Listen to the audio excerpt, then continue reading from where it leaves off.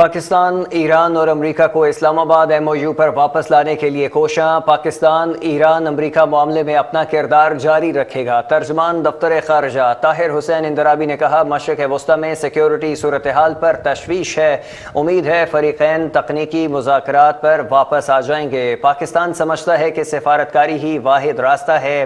غیر ریاستی عناصر کے سعودی عرب پر حملے قابل مذمت ہیں۔ کہا، آبنہ ہرمز اور باب المندب میں ہونے والی تبدیلیاں تشویشناک ہیں۔ ایران اور امریکہ کے درمیان ٹکراؤ کو خطے کے دیگر حصوں تک نہیں پھیلنا چاہیے۔ طاہر حسین اندرابی نے کہا، پاکستان اور کویت کے درمیان دفاعی تعاون کا معاہدہ مثبت پیش رفت ہے۔ جرمن میڈیا کی پاکستان کے حوالے سے دستاویزی فلم گمراہ کن ہے۔